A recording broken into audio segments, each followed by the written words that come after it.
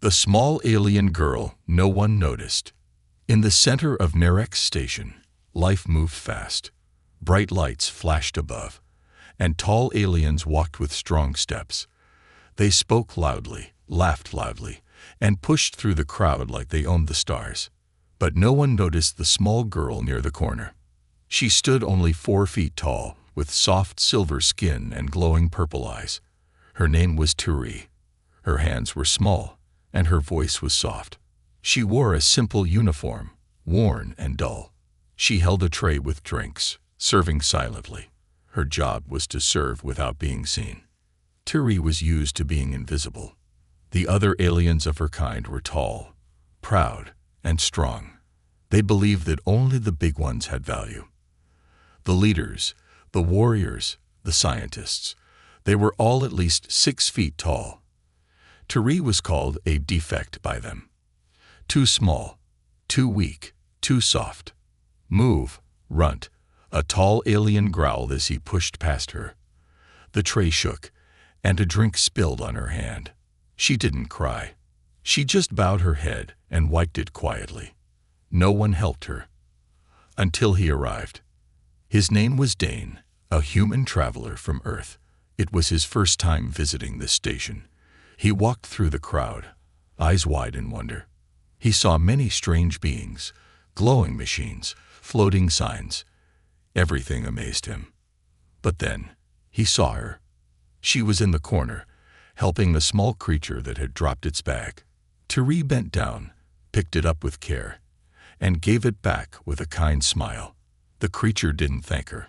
It hissed and walked away. Dane frowned. He watched as Turi stood again, holding her tray, eyes low. Something about her touched his heart. Not her size, not her shape, but the loneliness in her eyes, the sadness she tried to hide. Their eyes met for a second. Turi froze. No one ever looked at her like that before. Dane smiled gently. Turi quickly turned away and disappeared behind a door. Dane blinked. Who was that? Later that day, a big gathering was held in the grand hall of Nerex Station. Important guests from many species were invited. Loud music played. Lights danced on the floor. Food and drinks were passed around. Turi was told to serve drinks in the hall. She didn't want to. Crowds made her nervous. Tall aliens made her feel smaller than ever, but orders were orders. She walked quietly between tables, holding a new tray. Dane was there too. He was talking to a trader but kept looking around. Part of him still searched for that small alien girl with kind eyes. And then, he saw her again. She moved like a whisper through the crowd. Careful, quiet, almost like a ghost. Dane stepped closer. "Excuse me," he said softly. Turi stopped. She looked up, surprised. "You're the one from earlier, right?" he asked with a friendly smile. "Helping that little creature?" She nodded slowly. "Yes. I saw you. That was kind of you." She blinked. No one ever praised her before. Not for anything. "Thank you," she whispered. "What's your name?" Turi. He smiled. "I'm Dane. Nice to meet you." Before she could say anything more, a loud voice shouted, "Turi, stop talking. You're here to serve, not to chat with guests." It was her supervisor, a tall, angry alien with 4 arms. Turi looked down. Ashamed. "Sorry." Dane frowned. "Hey," she was just. "Mind your own business, human," the supervisor snapped. "This one's lucky we even let her stay on the station." Dane's jaw tightened, but Turi shook her head slightly. "Please, don't argue." She bowed and left quickly. Dane watched her go, heart heavy. That night, he asked around about her. But no one gave him answers, just laughter. The small one. "She's nothing. A broken gene. A weakling." But Dane didn't laugh. To him, she wasn't nothing. She was someone. The next day, he went looking for her again. But she was gone. Nowhere in the halls. Nowhere in the servants' quarters. It was like she had vanished. And Dane, couldn't stop thinking about her. The human who smiled at her. Thierry didn't show up the next morning. Dane walked the halls of Nerex station, checking every corner, every maintenance hallway, every quiet place he could find. But she was gone. Not a single sign. Like a soft dream that had disappeared with the morning light. He kept hearing the same thing. The small one. No one knows. Maybe reassigned. Maybe thrown out.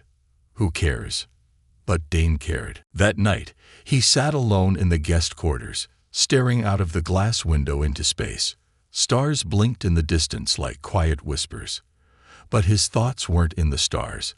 They were with a small silver-skinned girl who barely reached his shoulder, yet had a heart bigger than most. Why did it matter so much? He didn't know. Maybe because the universe was full of loud, proud beings, but Thierry was different. Gentle, kind, forgotten. And somehow, she mattered. The next day, he decided to go deeper into parts of the station visitors were not allowed. He used a maintenance uniform he borrowed from a closet and slipped into the lower decks. Pipes hissed. Machines groaned. Lights flickered dimly here. This place smelled of oil and dust. Forgotten workers passed without looking up. And then, he saw her. She was kneeling beside a broken water pipe, her small hands soaked, trying to stop the leak. Her back was to him, but he knew it was her. Thierry, he said softly. She froze. Then slowly she turned. When she saw him, her eyes went wide. You came here. I looked everywhere for you, Dane said. Where did they send you? She looked down. They said I caused distraction. So, they put me here. Maintenance work. That's punishment. She didn't reply. Dane walked closer. He knelt beside her and gently helped with the pipe. They worked in silence, side by side. His hands were rough.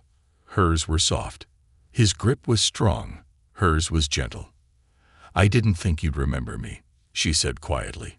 I couldn't forget you if I tried. Thierry blinked, confused. Why? Because you're kind, he said. And no one else seems to see it.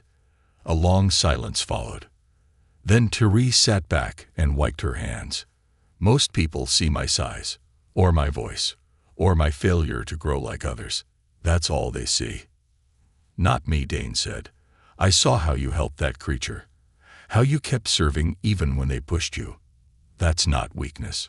She looked up at him, eyes uncertain.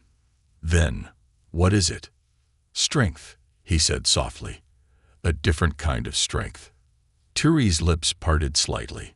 No one had ever said that to her before. No one had called her strong. You're the first person to speak to me like this, she whispered.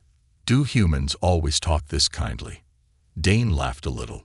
Not always, but when we see something special, we try not to ignore it. Thierry looked away, her face glowing slightly with warmth. Her heart was beating faster than normal, and she didn't understand why. You shouldn't be here, she said. They'll punish you too. Let them try, he said. I'm not afraid of them. Suddenly, the maintenance room door slid open. A tall alien officer entered with 2 guards behind him. He stared at Dane. Visitor, you are not authorized here. Dane stood calmly. I came to check on a friend. The officer scoffed. This defect. She is not worth the risk. Go back to your quarters. She is worth everything, Dane said firmly. Thierry gasped quietly. Her fingers trembled. The officer narrowed his eyes. Are you bonding with her? Emotionally. That is against protocol. I don't care about your protocol, Dane snapped. The officer turned to Thierry. You have broken Rule 9-2. You will face consequences. Again. Thierry lowered her head. Yes, sir. No, Dane said sharply. She hasn't done anything wrong. You treat her like trash just because she's small. That's your failure, not hers. The guards moved forward, but the officer raised his hand. Enough. Let's make this simple. Human, if you care so much, take responsibility. Dane narrowed his eyes. What do you mean? The officer smirked. You want to protect her. Then claim her. Under Section 18 of Interspecies Emotional Protection Code. Take her into your care. Permanently. Dane blinked. Permanently. You'll be responsible for her. Her life, her actions, her future. And if I don't? She's sent to the outer mining colonies, the officer said, where small things don't last long. Dane turned to Thierry. She was shaking now, her eyes full of fear. I'll give you time, the officer said. One day. Choose wisely. Then they left. The room was silent again. Thierry sat down, breathing hard. I didn't want this, she whispered. I don't want to cause you trouble. You didn't, Dane said, sitting beside her. You deserve better than this. I don't understand, she said softly. Why are you doing this for me? Dane looked into her eyes. Because when I see you, I don't see a defect. I see someone who matters. And if I can give you even a little peace, I will. Her voice trembled. But what if I'm not enough? Dane smiled gently.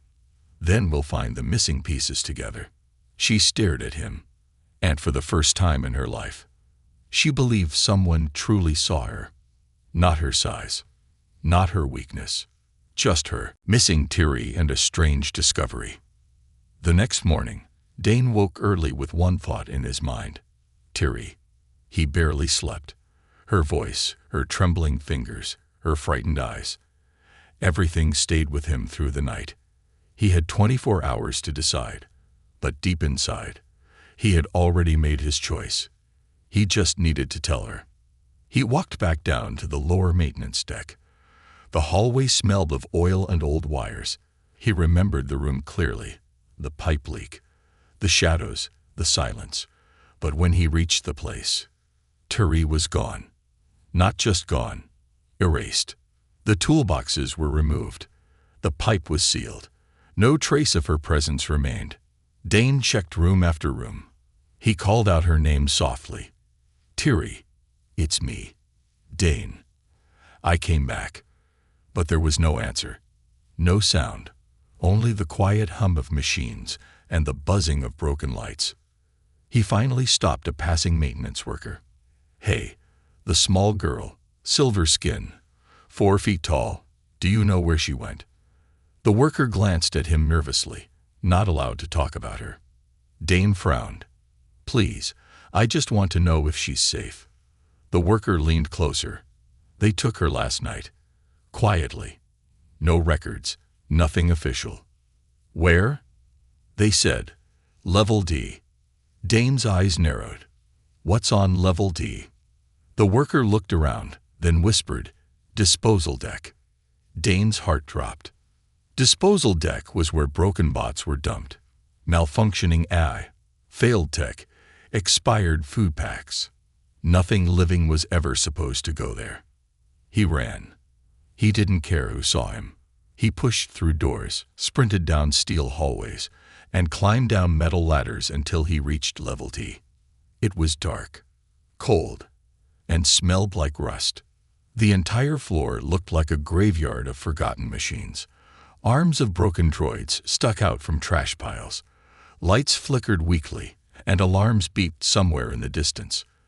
He walked through the darkness, calling, Thierry, are you here? No answer. He climbed over a collapsed loader and stumbled upon a pile of broken panels. And there, in the middle of it all, was a small hand. Silver skin, soft fingers. Thierry, he shouted, rushing over. She was lying beneath metal scraps. Her uniform was torn, her face had a small bruise, and her breathing was shallow. Thierry, can you hear me? Her eyes fluttered open weakly. Dane, you came. Of course I came, he whispered, gently brushing dust off her face. What happened? They said I was a waste, she murmured. They didn't want to send me to the mines. Too expensive. So they threw me here. Dane's hands clenched into fists. He lifted her carefully and wrapped her in his jacket. You're not waste, he said softly. You're the best soul I've met in this place. As he carried her out, the lights on level D flickered, and a robotic voice echoed. Unauthorized presence detected. Proceed to exit immediately. But Dane didn't stop. He carried Tiri up the ladders, through the decks, and back into the visitor zone. Several aliens stared in shock. No one had ever seen someone carry a maintenance worker like this, let alone protect one. Back in his room, he laid her on the bed and gave her warm water. Her eyes slowly gained color again. I thought no one would come, she said, voice shaking. I promised I would, Dane replied. She stared at him for a moment. Then, slowly, she whispered, Why do you care? I'm not like others. I'm small, weak, not pretty, not useful. Dane shook his head. No, you are everything they are not. You're kind when no one is watching. You help when no one says thanks. You have more heart than this whole station combined. A tear rolled down her cheek. No one ever said that to me, she whispered. He reached out and held her hand. Then they're blind, but I'm not. They sat in silence for a while. Just the quiet sound of breathing and far-off ship engines filled the room. Then Dane took a deep breath. I don't want to lose you again, so I'm going to do what they said. Tiri's eyes widened. You mean? I'm going to claim you. Officially. I'll sign whatever forms they want. I'll take you under my care. You don't have to be alone anymore. Tiri sat up slowly, trembling. But that means bonding. That means I belong to you.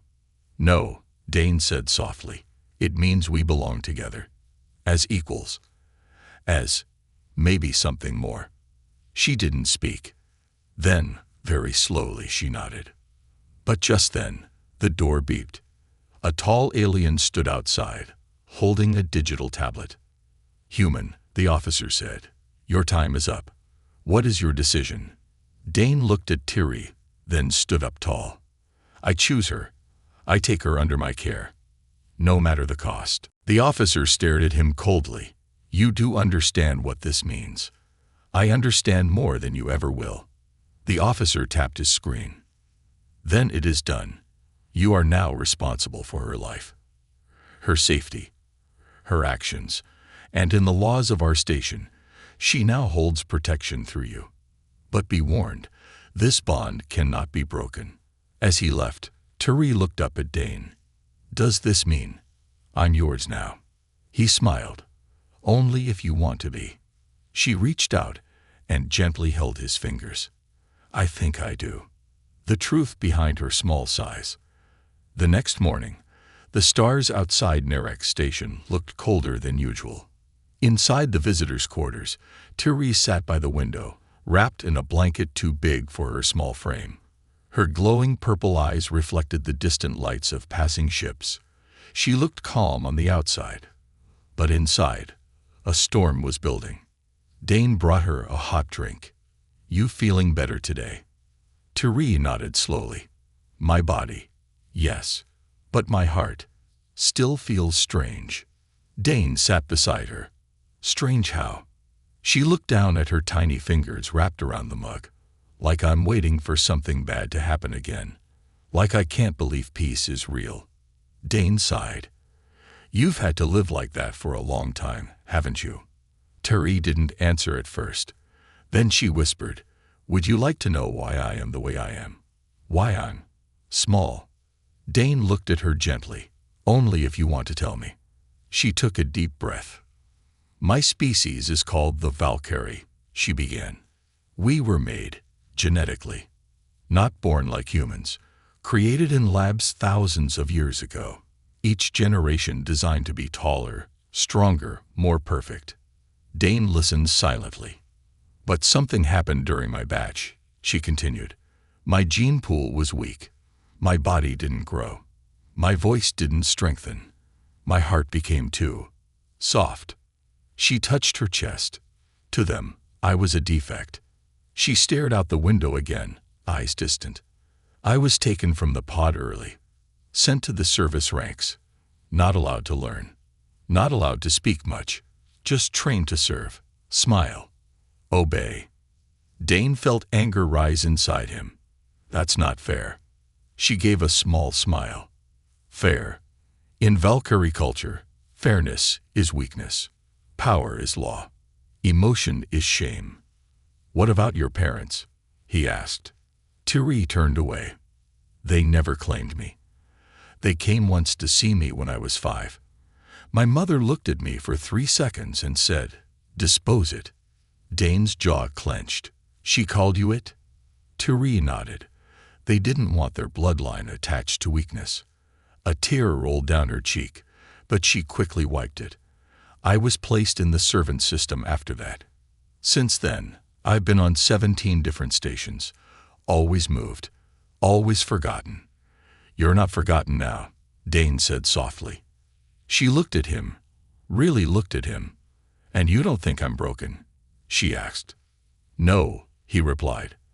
I think your people are broken. You're the only one I've seen on this station who understands what kindness is. She blinked, like his words were a language she was still learning. Back home, Dane continued, we don't always get things right, but we try to protect those who are gentle. We believe strength isn't just muscles. Sometimes it's choosing not to fight. Sometimes it's being kind even when the world is cruel. Thierry touched her chest again, like checking if something new was growing there. Why are you like this? She asked softly. Why are you so human?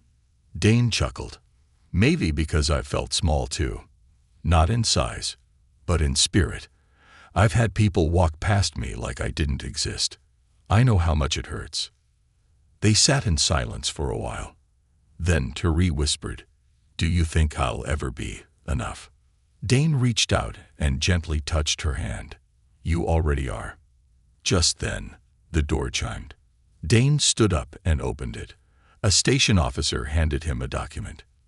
Your bond with the subject Thierry is confirmed, the officer said coldly. But further action is required.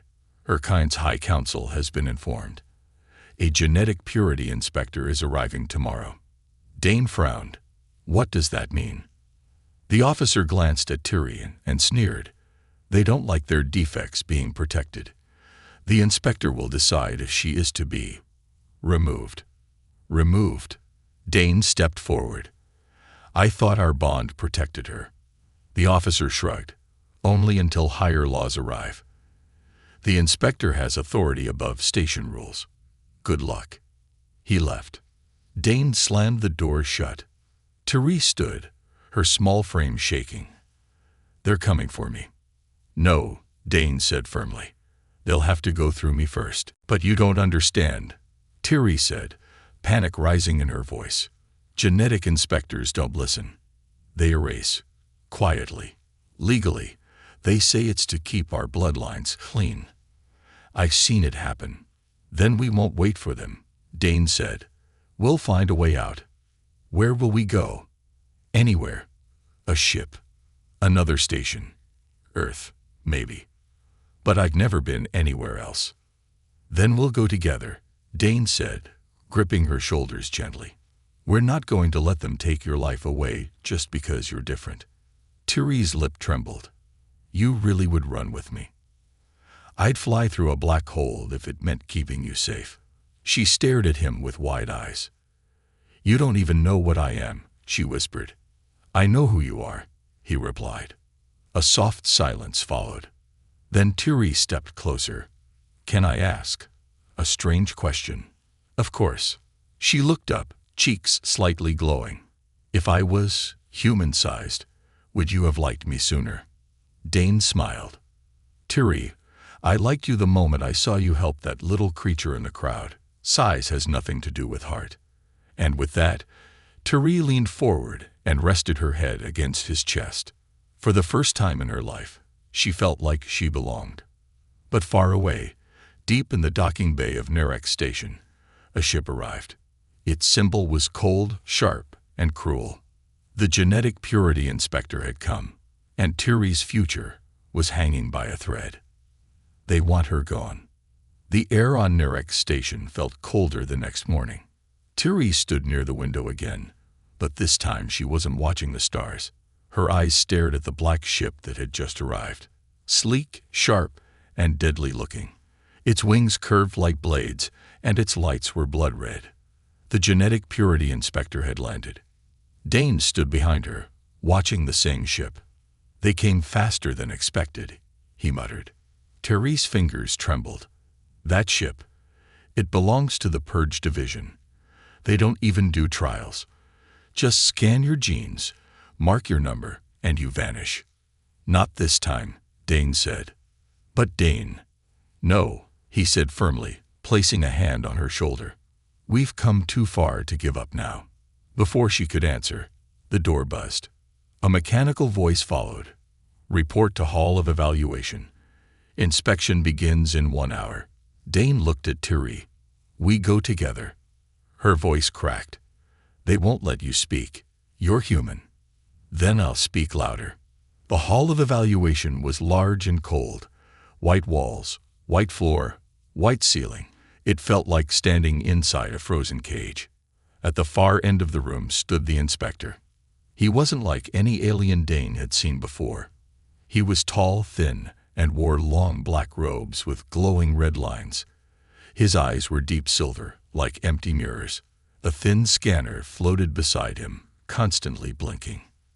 Terry walked in slowly, holding Dane's hand tightly. The inspector turned his gaze to her. Subject 7 Beta 19, he said in a flat voice, also known as Terry. Unfit physical growth, emotional instability, genetic imperfection confirmed. Dane stepped forward. She's more than your list of flaws. The inspector's eyes moved to him. Human male. Status, irrelevant. Bond recorded, not recognized by Valkyrie High Council. I don't care about your council, Dane said. She's under my protection. Not anymore, the inspector replied. She will be removed. Quietly. Terry's grip tightened. Her body trembled. Wait, Dane said. There must be another way. She hasn't done anything wrong. The inspector tilted his head. You care. That is rare. And dangerous. I care because she's good, Dane said. She has heart. She matters. Heart does not matter, the inspector said coldly. Only strength. Only perfection. Then you're blind, Dane snapped. Because in all your perfection, you forgot what makes someone truly alive. A pause. Then the inspector slowly raised his hand. The scanner floated toward Terry. Red light flashed over her body. Scan complete. Verdict. Terminate. No. Dane stepped between the scanner and Terry.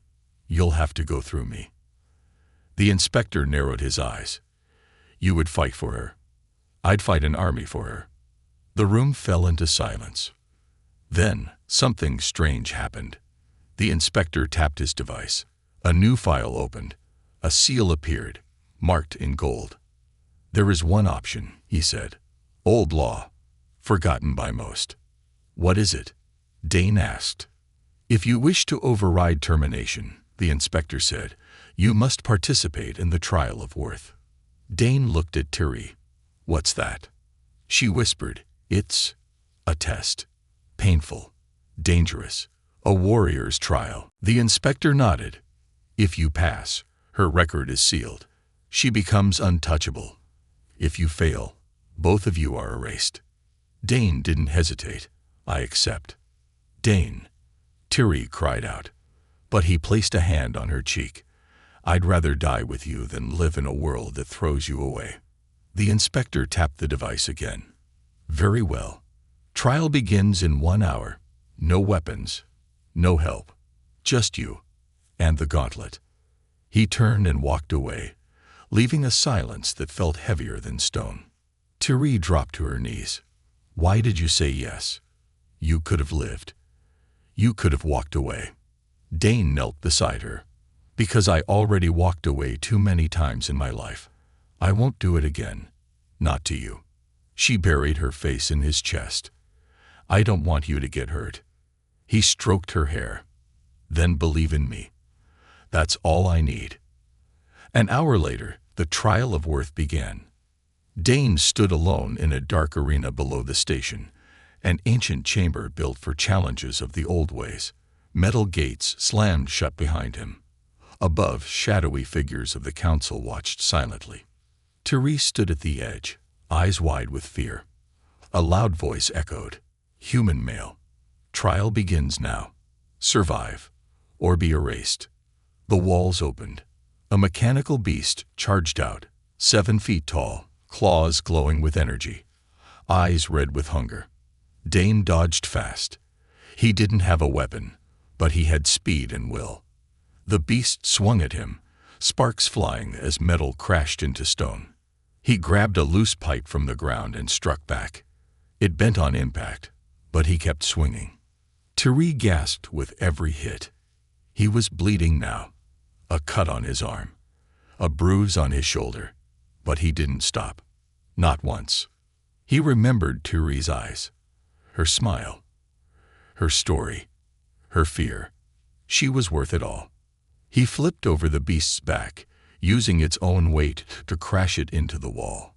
It roared and turned, but Dane leaped and drove the bent pipe into its core. The beast sparked and fell. The arena was silent. Then the voice echoed again. "Trial complete. Human has passed." Therese burst into tears. The gates opened. She ran to Dane and hugged him tightly. "You did it. You're hurt, but you did it," she cried. He smiled weakly. "Told you. I'm stubborn." Later, the inspector returned. "According to law," he said coldly, "she is now untouchable. No one may harm her. Her record is sealed." "Good," Dane said, "because she's coming with me." The inspector nodded once, then turned to leave. Therese looked at Dane, voice shaking. "You risked everything." He touched her face gently. "Because you are everything." She smiled through tears. And in that moment, for the first time ever, Therese didn't feel small. She felt seen. She felt loved. She felt free. The proposal she didn't expect. Days passed after the trial of worth, but the memory of it still burned in Therese's heart. Every time she looked at Dane's bandaged arm, or saw the bruises on his chest, she felt both warmth and pain. He had fought a machine twice his size. Not for glory, not for reward, but for her. And that changed everything. But Therese couldn't stop the fear whispering in her mind. She sat alone near the station garden dome, a quiet place filled with glowing alien flowers and soft wind from the artificial sky. Her legs tucked beneath her, arms wrapped around herself, she stared at the blue petals of a tall plant swaying beside her. She touched its stem gently. So strong, and yet so soft, she thought, like Dane. He found her there, quietly. "You disappeared again," Dane said, smiling. "You have a habit of vanishing." "I'm sorry," she replied softly. "It's something I do when I think too much." He sat down beside her. "What are you thinking about now?" She hesitated. "About you. About me. About how this all feels like a dream I don't deserve." He raised an eyebrow. "Why wouldn't you deserve it?" "I'm not what others call complete," she said. "Not like Valkyrie warriors.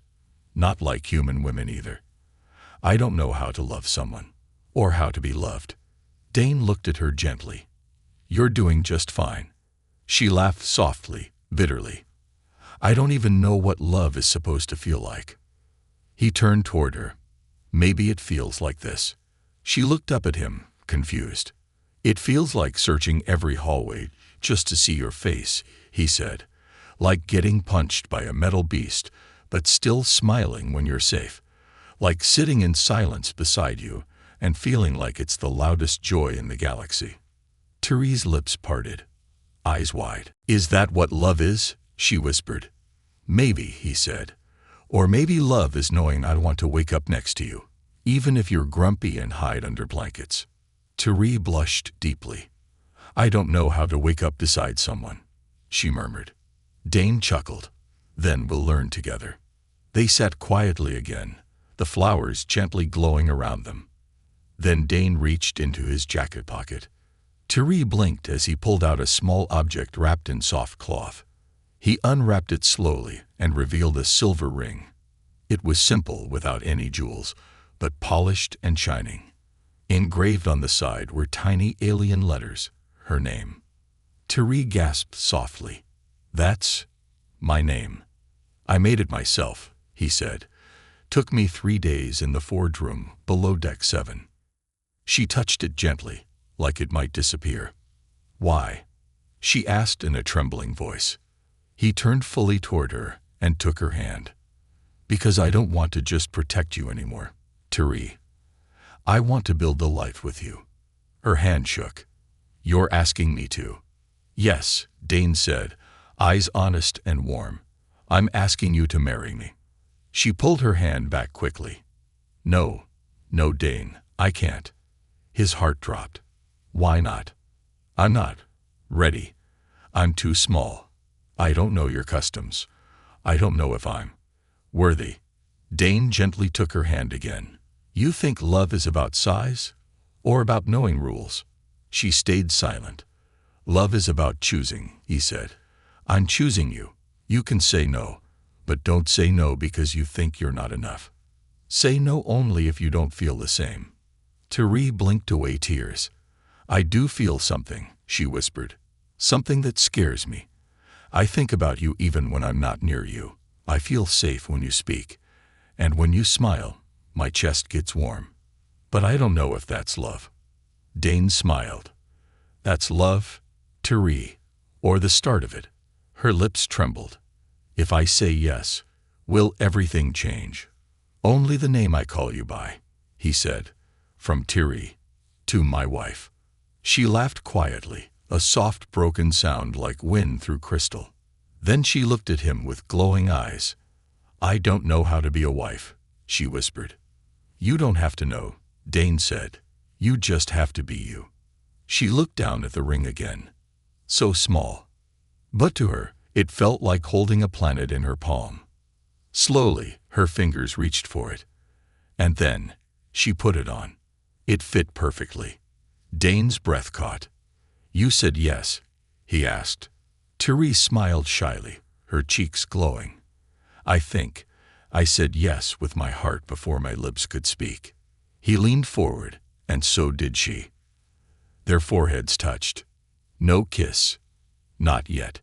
Just the soft connection of two souls finally feeling found.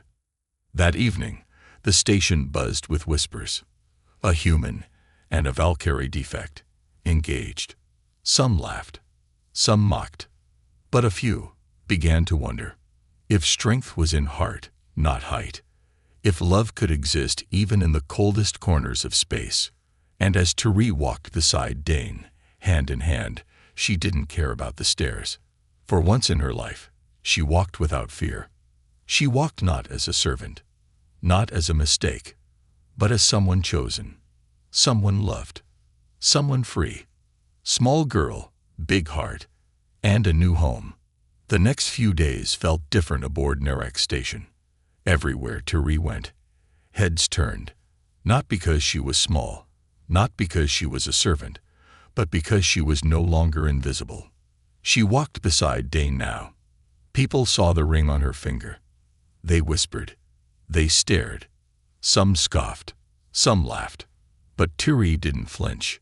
She stood straighter than she ever had. Not because she had grown taller, but because she had finally stopped hiding. Dane noticed it too. The way she looked ahead now, not down.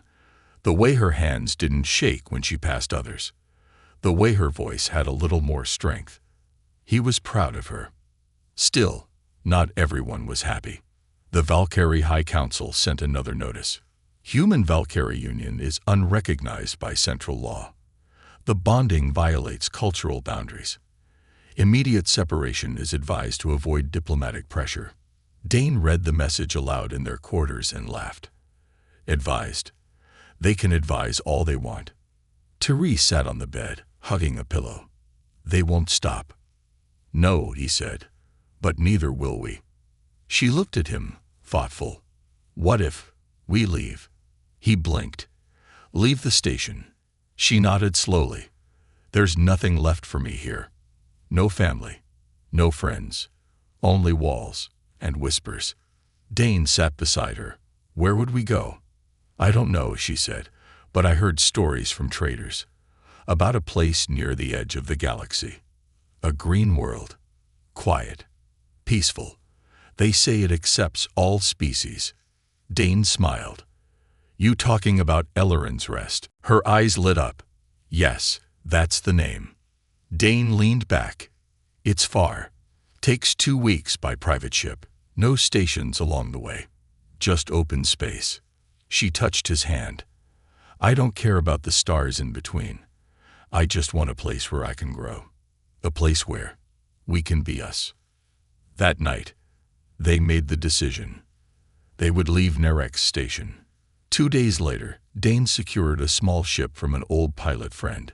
It wasn't fancy, just enough space for 2 people, a kitchen and a bed. Therese stepped inside and stared in awe.